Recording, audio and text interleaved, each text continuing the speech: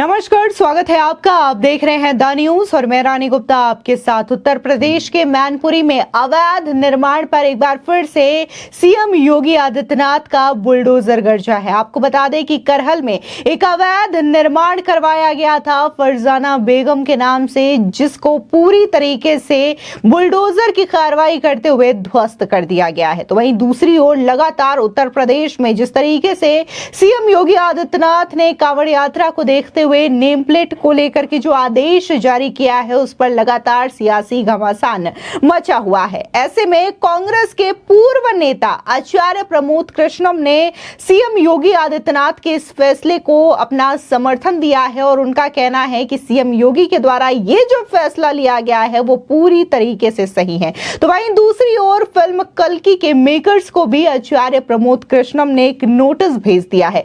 उनका कहना है कि हमारे धर्म ग्रंथों के साथ इस तरीके की छेड़छाड़ मंजूर नहीं की जाएगी और मेकर्स को बताना होगा कि आखिर उनका मकसद क्या है, किस मकसद के साथ उन्होंने इस तरीके की छेड़छाड़ हमारे धर्म ग्रंथों से की है और किस हिसाब से उन्होंने इस फिल्म का निर्माण किया है। दरअसल आपको बता दें कि करहल नगर पंचायत अध्यक्ष चौधरी अब्दुल नईम की पत्नी फरजाना बेगम के नाम से बने अयाजा मैरिज होम को ध्वस्त करने की कार्रवाई रविवार को शुरू कर दी गई है। कार्रवाई के दौरान 4 कंपनी पीएससी और कई इंस्पेक्टर, सीओ, एसडीएम और जिले के कई आला अधिकारी मौजूद रहे। आपको बता दें कि चौधरी अब्दुल नईम ने तालाब की जगह घेर कर उस पर मैरिज हॉल बनवा लिया था। इसके अलावा लगभग 40 मकान भी अवैध रूप से तालाब की जगह में बने हुए हैं। इस पर भी जमींदोज की कार्रवाई की जा रही है। आपको बता दें कि इसकी शिकायत पूर्व नगर पंचायत अध्यक्ष संजीव यादव ने जिले के अधिकारियों से लेकर के मुख्यमंत्री योगी आदित्यनाथ तक की थी। मुख्यमंत्री ने डीएम मैनपुरी को जांच कर कार्रवाई करने के आदेश दिए थे। जांच के बाद रविवार को कार्रवाई की योजना बनाई गई और कार्रवाई से पहले पुलिस ने मैरिज होम की ओर से आने वाले सभी गलियों और सड़कों पर कड़ा पहरा लगा दिया। मैरिज होम का गेट और 8 फीट ऊंची चारदीवारी के अलावा शौचालय, बाथरूम को भी बुलडोजर से ध्वस्त कर दिया गया है। मैरिज होम से सटे कई सारे कमरे भी बने थे जिसमें कि सामान रखा गया था, उसे भी पहले पुलिस ने निकलवाया, उसके बाद ये बुलडोजर की कार्रवाई की गई है। अब ऐसे में ये पूरी कार्रवाई क्या थी और कैसे इसको अंजाम दिया गया, इसकी पूरी बात जो है वो मैनपुरी के एसडीएम नीरज कुमार दुबे ने मीडिया को बताई है। सुनिए नीरज कुमार दुबे का ये बयान।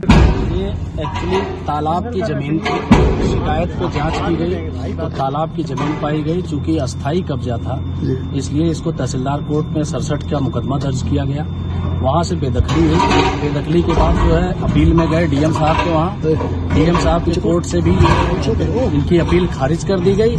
खारिज होने के बाद फिर जिलाधिकारी महोदय के निर्देश पर कार्रवाई की जाए। माननीय उच्च न्यायालय ने कुछ और नहीं कहा, सिर्फ ये कहा कि इनको सुनवाई करके उसके बाद इनके नियमानुसार कार्यवाही किया जाए। तो अपील में ये गए, अपील में इनको सुना गया, सुनने के बाद उसका निस्तारण किया गया, फिर इनको नोटिस दिया गया हटाने का, फिर भी नहीं हटाया तो ये कार्यवाही हमारे द्वारा की जा रही है जिलाधिकारी महोदय के निर्देश।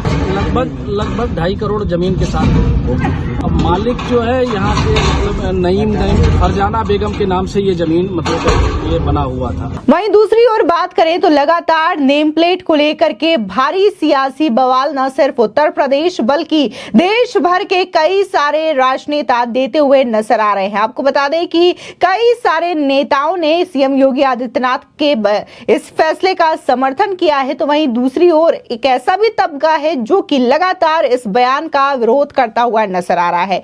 इस बीच कल की पीठाधीश्वर आचार्य प्रमोद कृष्णम ने उत्तर प्रदेश के मुख्यमंत्री योगी आदित्यनाथ के समर्थन में खड़े होते हुए दिखाई दिए हैं। उन्होंने कांवड़ यात्रा पर होटल ढाबे के प्रोपराइटर के नाम लिखने के योगी सरकार के फैसले को सही ठहराया। उन्होंने कहा कि जिस प्रकार से कांवड़ यात्रा में होटल ढाबे मालिकों के नाम के प्रोपराइटर के नाम लिखे जा रहे हैं, उसे किसी को कोई आपत्ति नहीं होनी चाहिए। नाम छुपाकर कोई कारोबार नहीं करना चाहिए। ये पहले से ही किया जाता तो और भी ज्यादा अच्छा होता। सुनिए क्या कह रहे हैं कल्कि धाम के पीठाधीश्वर आचार्य प्रमोद कृष्णम।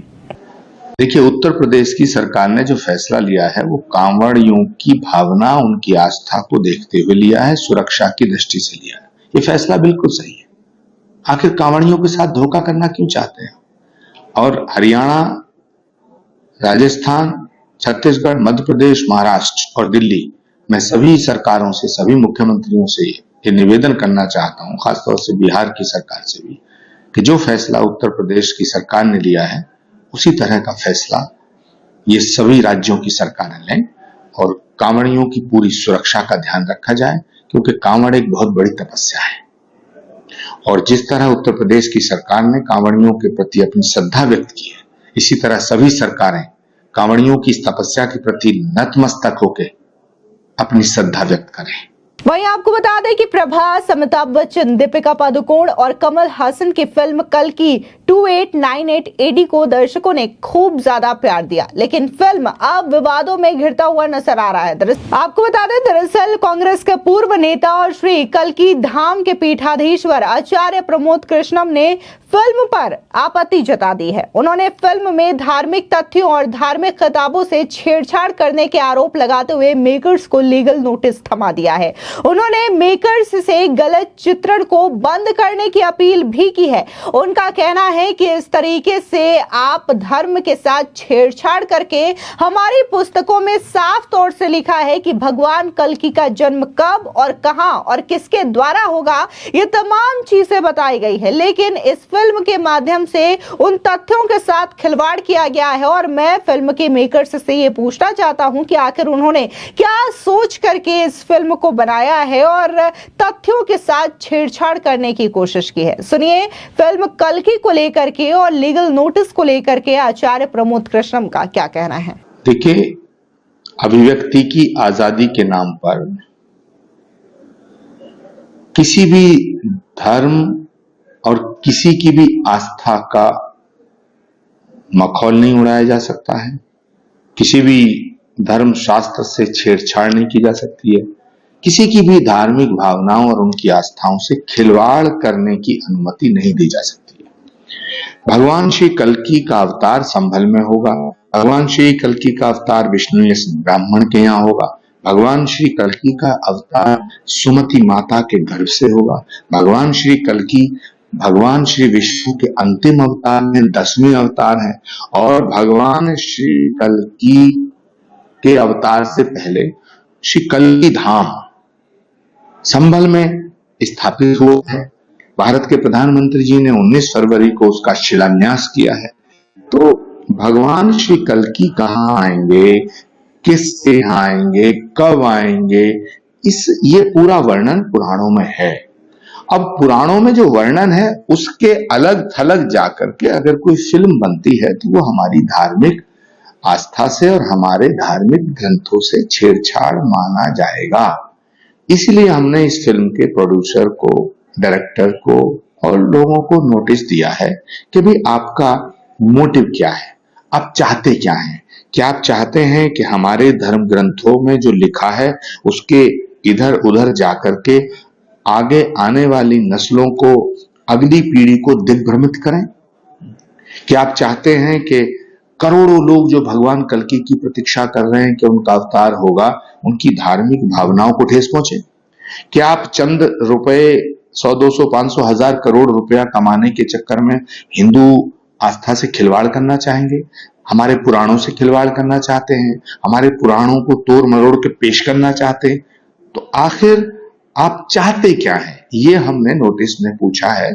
उनका जवाब आएगा, उनके जवाब की प्रतीक्षा है और उसके बाद हम अदालत की शरण में जाएंगे। लेकिन किसी भी कीमत पर, एट एनी कॉस्ट, हम सनातन संस्कृति, सभ्यता और धार्मिक शास्त्रों से खिलवाड़ करने की अनुमति नहीं दी जा सकती। आपको बता दें कि लगातार उत्तर प्रदेश में कई सारे अवैध निर्माण हैं जिसको जमींदोज करने का काम बाबा के बुलडोजर से किया जा रहा है और सीएम योगी आदित्यनाथ ने सख्त निर्देश दे रखे हैं कि प्रदेश भर में जितने भी अवैध अतिक्रमण हैं उनकी जांच करवाई जानी चाहिए और उसके बाद उन पर सख्त कार्रवाई हो। जिसके मद्देनजर मैनपुरी में जो अवैध मैरिज हॉल बना था, जो कि सरकारी तालाब में बनाया गया था, उसको जमींदोज किया गया है। यहाँ पर सिर्फ मैरिज हॉल नहीं था बल्कि कई सारे मकान भी थे जो कि इसी सरकारी तालाब में बनाए गए थे, जिसको पूरी तरीके से ध्वस्त कर दिया गया है। फिलहाल इस पूरे मामले को लेकर के आपकी क्या राय है, हमारे कमेंट सेक्शन में जरूर बताएं। धन्यवाद।